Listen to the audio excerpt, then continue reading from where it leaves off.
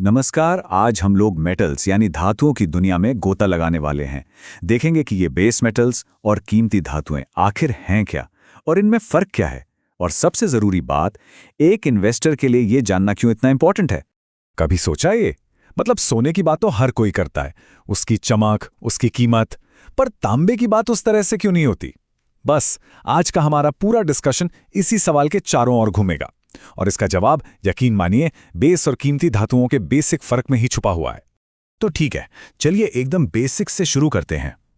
सबसे पहले यह समझना जरूरी है कि ये कमोडिटी आखिर चीज क्या है, और हां, ये स्टॉक या बॉन्ड से अलग कैसे है। देखिए, ये स्लाइड इस फर्क को ना बिल्कुल साफ साफ दिखाती है। एक तरफ है इन्वेस्टमेंट एसेट्स जैसे स्टॉक्स, जिन्हें हम लोग खरीदते हैं मुनाफे के लिए, राइट? और दूसरी तरफ है कंज्यूमर एसेट्स जैसे कि मेटल्स, जिनका असल दुनिया में कोई ना कोई यूज होता है। अच्छा, अब इन कंज्यूमर एसेट्स के अंदर भी हमारा मेन फोकस रहेगा हार्ड कमोडिटीज पर। यह वही कैटेगरी है जिसमें हमारी सारी धातुएं आती हैं। सीधी सी बात है, ये वो चीजें हैं जिन्हें जमीन खोद कर निकाला जाता है, खेतों में उगाया नहीं जाता।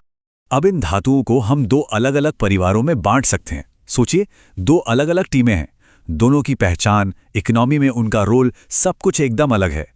एक टीम है जो इंडस्ट्री का सारा बोझ उठाती है और दूसरी टीम है जो हमारे पैसे को सेफ रखती है। और ये स्लाइड ना बहुत ही कमाल की है।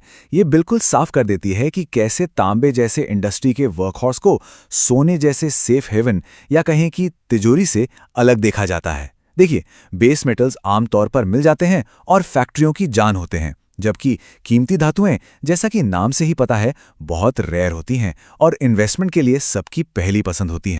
वाह, क्या बात है! मतलब तांबा जो है वो इकोनॉमी का डॉक्टर है। ये लाइन बहुत कुछ कहती है। इसका मतलब है कि बेस मेटल्स की डिमांड सीधे सीधे दुनिया के इकोनॉमिक हेल्थ का इंडिकेटर है। जब फैक्ट्रियां चल रही होती हैं, कंस्ट्रक्शन जोरों पर होता है, तो कॉपर जैसे मेटल्स की डिमांड अपने आप बढ़ जाती है। ठीक है, तो अब थोड़ा और जूम इन करते हैं। चलिए कीमती धातुओं के दो सबसे बड़े खिलाड़ियों पर नजर डालते हैं, सोना और चांदी। क्योंकि मजे की बात यह है कि हैं तो ये एक ही परिवार के, लेकिन जब इन्वेस्टमेंट की बात आती है तो दोनों का बिहेवियर एक दूसरे से बिल्कुल अलग होता है। तो सबसे जरूरी बात जो यहां समझने की है वो ये है कि सोना पोर्टफोलियो में स्टेबिलिटी लाता है, महंगाई से बचाता है। वहीं दूसरी तरफ चांदी की इंडस्ट्रियल डिमांड बहुत ज्यादा है, जो उसे एक हाई रिस्क हाई रिवार्ड वाला इन्वेस्टमेंट बना देती है।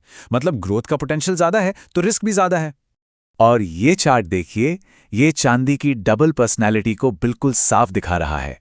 आधे से भी ज्यादा डिमांड, सोचिए 55% डिमांड इंडस्ट्री से आ रही है।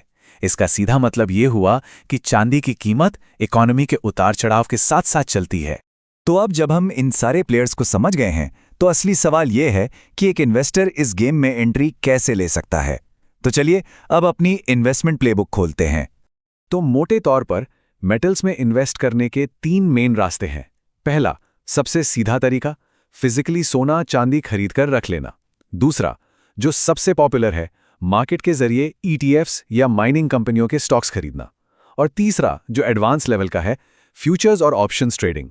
तो हर किसी के लिए अपनी समझ और रिस्क के हिसाब से एक ऑप्शन मौजूद है। अच्छा, तो अब जरा भविष्य की ओर देखते हैं। इन मार्केट्स का फ्यूचर कैसा है? देखिए, आने वाले टाइम में ना मेटल्स की डिमांड की कहानी कुछ बहुत बड़े ग्लोबल ट्रेंड्स लिखने वाले हैं। यही ट्रेंड्स इनकी डायरेक्शन तय करेंगे। और यहाँ जो सबसे ज़रूरी बात है वो ये है कि ग्रीन एनर्जी और डिजिटल दुनिया की तरफ जो हम बढ़ रहे हैं वो बहुत ज़्यादा मेटल इंटेंसिव है। मतलब इलेक्ट्रिक गाड़ियाँ हों, सोलर पैनल्स हों, बड़े बड़े डेटा सेंटर्स हों, हर जगह इनकी ज़रूरत है और इससे एक बिल्कुल नई लॉन्ग टर्म डिमांड पैदा हो रही है। एक उदाहरण के लिए जिंक को ही देख लीजिए, इसका मार्केट कितनी तेजी से बढ़ रहा है। ये साफ साफ दिखाता है कि ये जो वर्क हॉर्स मेटल्स है ना, ये हमारे फ्यूचर के लिए कितने जरूरी हैं। ये सिर्फ जिंक की कहानी नहीं है, ये आने वाले कल की जरूरत की तस्वीर है। और ये सब हमें एक बहुत ही दिलचस्प सवाल पर लाकर खड़ा कर देता है।